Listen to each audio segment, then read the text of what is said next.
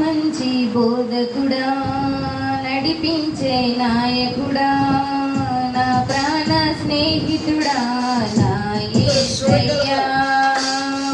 నా మంచి బోధకుడా, నడిపించే నాయకుడా, నా ప్రాణ స్నేహితుడా, నా యేసయ్యా.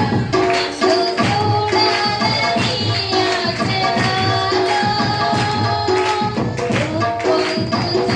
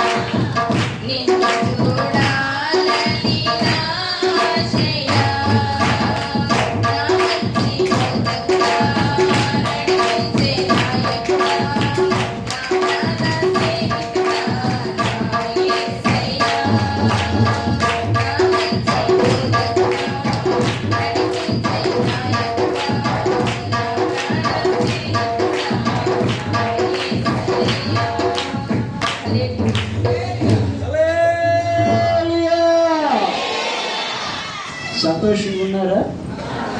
ఎందుకని గొప్ప వాగ్దానం ప్రభు మనకి పోతున్నాడు. దేవునికి స్తోత్రం చెప్పండి. హల్లెలూయా. మొదటి ఆరాధన తిమోతి గారు నడిపిస్తారు. 11:50 నుంచి 12:10 వరకు ఆరాధన రమ్య నడిపిస్తారు. రమ్య ఆరాధన ద్వారా అందరూ ఆరాధిస్తూ నూతన సంవత్సరంలో అడుగు పెడదాం. నూతన సంవత్సరాన్ని ఆరాధనతో స్వాగతించుకుందాం. ఎందుకో తెలుసా? ఎందరో మట్టిలో కలిసిపోయారు. అవునండి. మనం క్షేమంగా సజీవులంగా మనమ్మ మన పిల్లలు సంతోషంగా ఉన్నాం. దేవునికి స్తోత్రం చెప్పండి. అయితే దేవకర్ణమ్మ గారు పాట పాడే ముందు ఎవరైనా డబల్ రిపీట్ చేశారా? పాట పాడినప్పుడు ఒక్క రౌండే పాడి కూర్చోవాలి. మా కూర్చోండి, ఆరాధ్య కూర్చొని, మీ మమ్మీ దగ్గర కూర్చోలేకపోతే మీ నాయన దగ్గరికి ఆరాధ్య ఇక్కడన్నా కూర్చో, అక్కడన్నా కూర్చో. లేదు మీ డాడీ వచ్చాడు, డాడీ లోపలికి వెళ్ళాడు, ఇప్పుడు కాదు లోపలికి. హల్లెలూయా.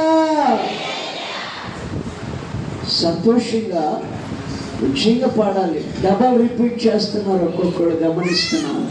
వెనకాల వాళ్ళకి అవకాశం ఉండాలి. వాళ్ళు మీలాగా ఆశతో ఎదురు చూస్తారు. అవునా? అవునమ్మా. టైం 10 అయింది.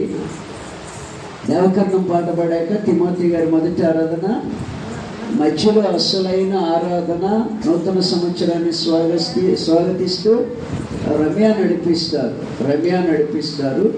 చివరి ఆరాధన మన మధ్యలో ఉన్న కరుణ నడిపిస్తారు. ఎవరు? కరుణ నడిపిస్తారు. ఈ రాత్రికి 3 ఆరాధనతో ముగిద్దాం. రేపు పగలు బయట స్టేజీ మీద మరి పాటలు అయిన తర్వాత మళ్ళా 3 ఆరాధనలు ఉంటాయి. రేపు 3 ఆరాధన చేయాలి. అది ప్రభు ఎవరిని ప్రేరేపిస్తే వాళ్ళని. అయితే రాత్రి పాడిన వాళ్ళకి రేపు అవకాశం ఉండదు. రాత్రి ఆరాధనలో ఉన్న పాటల్లో ఉన్న వాళ్ళు రేపు అవకాశాన్ని చూడకండి. వేరొకరికి అవకాశం వచ్చేలాగా మీకు మీరే సహకరించండి. దేవుడు దీవించునుగాక, దేవుడు ఆశీర్వదించునుగాక, దేవుడు కృపతో నింపునుగాక. సంతోషంగా తిందామనుకుంటున్నారా? వాగ్దానం లేకపోతే సనుగుడు, గనుగుడు, కుళ్ళు, కుట్ర, కాసేపు పక్కకుండు, కొద్దిసేపు పక్కకుండు. నేనెందుకుంటా ఉండు, ఇది నా ప్లేస్ అయితే అంటుంది. అది ఎవరి ప్లేసు? ఇది నా ప్లేస్ అయితే మమ్మల్ని పక్కకుండమంటావేంటి? ఉండు, వాగ్దానం తీసేదాకా ఆశీర్వాదం ఉండదట. మీరు కనపడితే ఏముండదు. పక్కకుండు కాసేపు, ఆశీర్వాదం ఉండదంట. భాష చెప్పాడు అని ఆ రీతిగా తీయడానికి ప్రయత్నము పూర్తిగా బయటికి పంపండి. ఎవడాడు? నాకు చెప్పా మీకు. ఎవడాడి పేరేంటి? కాదు, నాకు ఆడి పేరు చెప్పా మీకు. ఆడు చెదపురుగు, మన ఆత్మీయ జీవితాన్ని తినేస్తున్నాడు. దేవునికి స్తోత్రం చెప్పండి. ఆ యోసేపు అభివృద్ధి చెందడానికి కారణం ఏంటో తెలుసా? చెదపురుగుని చంపేశాడు. ఏం చేశాడు? అసలు లోపలికి రానివ్వదాన్ని చాలా జాగ్రత్తగా కాపాడుకున్నాడు. నువ్వు నాలోనికి వస్తే నా దేవునికి నాకు బంధం తెగిపోద్ది. హల్లెలూయా.